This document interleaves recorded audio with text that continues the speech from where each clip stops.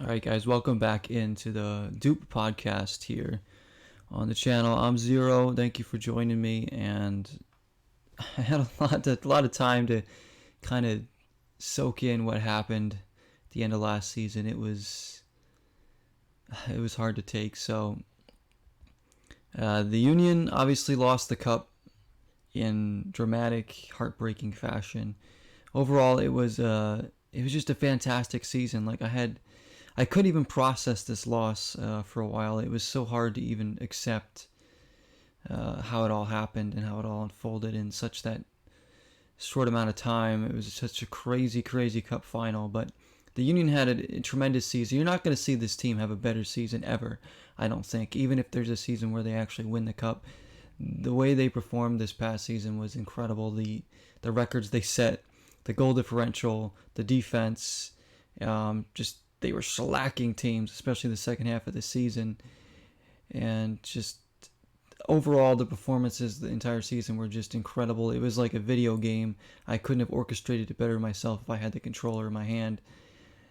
Just so beautiful to watch this team and what Jim Curtin did. When we had awards, Jacob Glessness Defender of the Year, Blake Keeper of the Year, Curtin Coach of the Year. We had, Blake was up for MVP, Gazdag, Wagner, Bedoya, Glessness, Elliott. The names go on, guys that had their greatest season ever, and it was just very beautiful to watch. And we were just moments away from winning the cup when Elliott scored his second goal of the game, and it looked like 3-2 was going to be enough, and the Union were going to be champions. I remember running down the hallway here at home and telling my girlfriend as she was watching the game too, I was like, Elliott might have just won the cup for us. And then we all know what happened after that. Of course, LAFC gets 9 minutes of stoppage time because the league wanted them to have time to come back. Of course, we get beat in the air. Of course, it was Bale that ties the game late. Of course, we go to penalty shootout. Of course, Gazdag slips on his penalty kick after such an amazing season. Of course, Martinez misses. Of course, it was McCarthy, of all keepers, to beat us in the cup in the penalty shootout to end our season. Of course, that all happened. It was just the most ridiculous turn of events and things that could have happened to go against the Union late in the cup for LAFC to win it all. And they had a great season too, LAFC, don't get me wrong. They had a really good season, but I think overall the Union were the best team all season, for sure. They just came up a little bit short, and it's just, how do you follow up this season? That's the thing I've been trying to figure out, what are the expectations now? To win the cup? Yeah, but they're not going to have the same kind of record or goal differential this season. It's damn near impossible to get back to that point, because this team was just putting up such ridiculous numbers this past season. And there have been a few key departures in the off season, which I'll get to in a moment.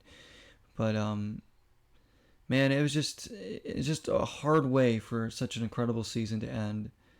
And it made me almost not even care about this upcoming season for a while, because I was like, how are they even going to top that? How they're not going to be this good again. There's no way, right? But you never know. They have pretty much the same group of players. They've been holding on to Kai Wagner good. There's rumors of him and Bizo leaving. They've both been able to stay for now. But we did lose Paxton Aronson, who is a contributor off the bench. He's gone, another homegrown being sold to Europe. And then Corey Burke, who was phenomenal this past season, probably his best season in a Union uniform. Off the bench, he was the energy guy. He scored some big goals. He was just awesome. And he goes to the New York Red Bulls, of all teams, our rival. So that thins our bench considerably, because we really didn't bring anybody in. The only player we really brought in the offseason so far is Andres Pereira, who is a midfielder from Orlando City. And he's a decent player. He's still young. He's only 22. I've seen him play plenty of times. He's not going to wow you with anything. He's more of a central midfielder. He'll play probably back up to Martinez, most likely. So he's not going to be a regular starter or anything. And he's not a goal scorer or an assist man or anything like that. I think he only has a couple of goals in his MLS career so far. So it's pretty much the same lineup, just without really having much of a bench. Our bench is going to be Pereira and Quinn Sullivan, Jack McGlynn probably, assuming that Curtin starts all the same people, which I assume he will in the midfield with Bedoya coming back for another year. We do have Gozdog's been re-signed as a designated player, which is great. He's getting paid more. He's going to wear the number 10. He's our guy. He was obviously had an MVP caliber season last year. Arguably should have won the MVP, and he wasn't even a finalist for it somehow. But he was just insanely good all season long. He really didn't take games off. He was always just showing up in the big moments too. So he was just insanely good, and hope for more of the same from him. I mean, we need a lot more from Ua and Karan's up top. They were great too, but can they continue chemistry this year? McGlynn really stepped up, and I expect another big season from him, and maybe Europe calling after that. With Bedoya towards retirement coming up. Bedoya was so good this last season. Probably his best season in the Union uniform, really. The captain, 35-year-old, he was just fantastic. I can't believe how good he did. Really, really proud of him, and we need Flock to continue to progress offensively. Bizo and Harriel doing a good battle for that right back position. And obviously, we got our back line still, which is tremendous. We got Blake in net. So we're going to have that defense still that was so good. Probably the best defense in MLS history, especially through a 34-game season last year. They're going to be back, hopefully, if we don't lose anybody else. Are we going to sign some more players? I don't know. We have some homegrown players that haven't really played. Raffanello. We got Odada, some youngsters, Sorensen. I don't know if they're going to figure into the team much this season. We also did lose Cole Turner, who didn't play, but he's another homegrown who's gone now. I forget where he went. It might have been Europe or something, but he is gone as well. So yeah, I'm not sure what his plans are. I mean, Curtin doesn't use his bench a ton. He's not a guy. He kind of picks a few players off the bench and kind of sticks with them. You might see Chris Donovan getting some more games, especially if we don't find another backup forward, which we really need right now. We need depth up front. Even with Burke, I think we still needed another forward that could cause problems, or another attacker that could cause problems. We don't have that. With Aronson and Burke gone, we need some offensive talent on that bench, like immediately, because we can't just rely on the three-headed monster of Gazdag. Ua and Carranza, they were amazing, and of course they were just tremendous, those three, all season, but they got a lot of help last year too, from the midfield, from the defenders setting up assists, from Burke off the bench. Aronson got a goal, Sullivan got a goal. They need some help too in times when they're not having their best games or getting shut down. So we need some depth. I'm sure the team's looking at it. I have no doubt that they are, but season's coming up. It's starting in, preseason's starting in like a month, and then the regular season starts off, towards the end of February, so it's not that long away from now. And speaking of, our first game is against the Columbus Crew at home.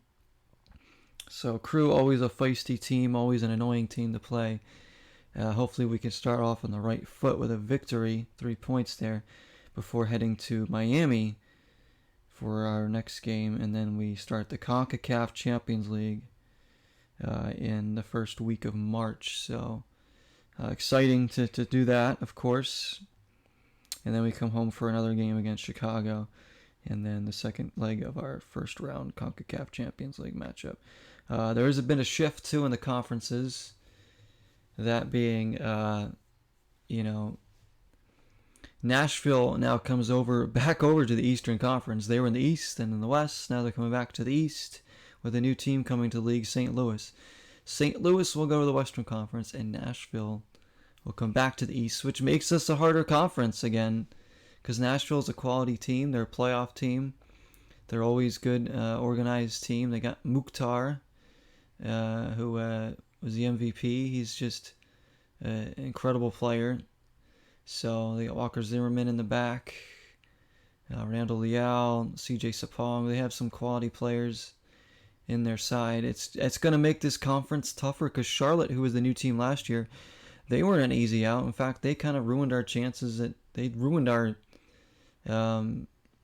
Supporters Shield run, really. It was Charlotte, that game in Charlotte. If we had come away with a win there, we would have been hosting the cup and probably hoisting it in Philadelphia, because I don't think LAFC was going to come to our house and beat us. But yeah, it's a tough conference now. DC might be improved. New England's going to come back again strong. That they had a down year, but they're going to be back. You still got NYC. Orlando's a feisty one. There's Columbus. There's a lot of just quality teams over here in the East. Miami's getting better. Atlanta, I expect to be better. It's not going to be an easy thing to do in this conference. There's going to be very few easy matchups, I think, in the East. Whereas the West, you're going to have your Houstons, your San Jose's, those kind of teams. Your Colorados, it might not be that good and be easier teams to defeat. You're not going to get a lot of that in the East this year, I don't think, outside of maybe a few teams. Especially with Nashville coming over. I don't know how St. Louis is going to be. They're still shaping their roster. I don't expect them to be anything great. I don't expect them to be a playoff team, but we'll see who else they add.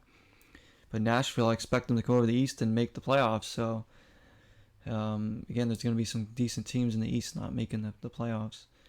The Union obviously should be a playoff team. There's no doubt about it. It would be a catastrophic failure if they don't make the playoffs even, but I expect them to be like a top 3 team in the East again. Do I expect them to finish first in the East or be a contender for the top team in the league? I don't think so, but you never know. I mean, they have pretty much the same team, just minus a bench. I can't put those expectations on them because you just don't know. I mean, they're a consistent team, and Curtin has his team playing above and beyond their talent level, no doubt about it, every season. But I just can't expect them to be the top team every season or be a top team in the East, even though they've been probably the most consistent team in the league in the past 4 years in terms of point getting and just results. They just haven't won that elusive MLS Cup yet, which you don't know when they're going to get their next shot. That's what made the loss this past season so heartbreaking, is because that might have been their chance with this group to win it. That might have been their chance. I thought the year before was their chance when they lost in the semis, but then they did even better this past year. So we'll see if they can take yet another step and win it. This team, this club, this organization deserves a cup. They deserve a cup. The way they built the team, the way the team plays, and the signings they've made, the fan base. We deserve one. We deserve one. And we're not a team like LAFC that can go out and buy 15 DPs and win the cup. That's not the kind of franchise we are, which can be annoying at times. Those kind of big super clubs, or whatever you want to call them, can go out and spend money and sign whoever they want and can attract the big names. It makes it harder for us to try and get to that level sometimes, but we are there, and hopefully we can stay there the way we built this team.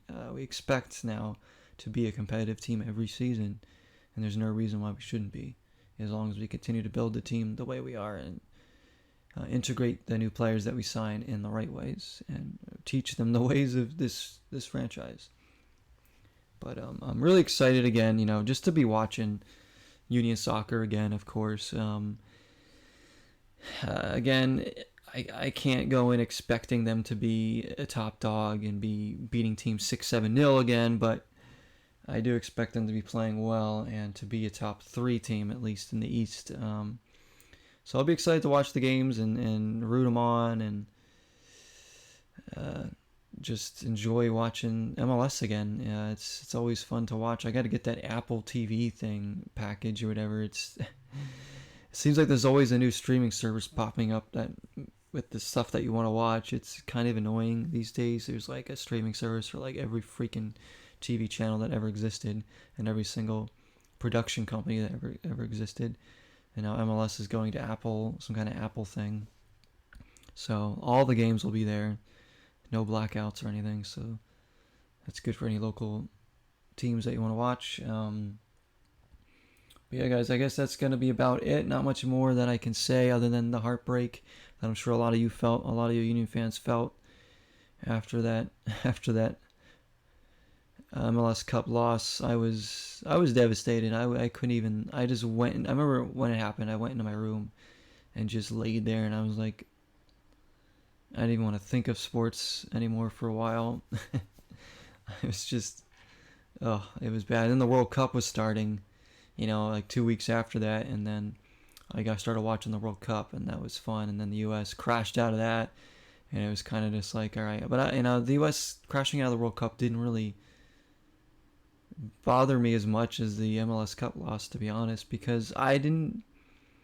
I went. I knew I wasn't expecting the U.S. team to really, dominate in the World Cup or get far. I had hopes, but I don't really think that the team is really glued together yet, shall we say. They're not glued together. They don't have a true leader. Pulisic is that leader, but I still think that we need somebody. We need more. Tyler Adams is starting to show signs of that too. We don't have that enough glue in that team for me to really.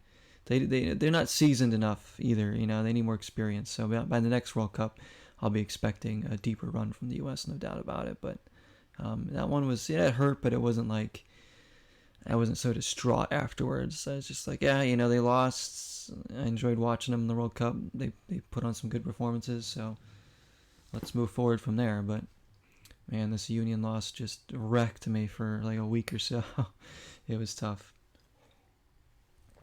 But thank you all so much for listening today. I appreciate it. Let's go Union. Training camps underway. Hopefully they can make a few more signings before the season starts, preseason, in about a month. So we'll see what happens. And until next time, everybody, on the Doop podcast, I'm Zero, and 0 is the number. Cheers.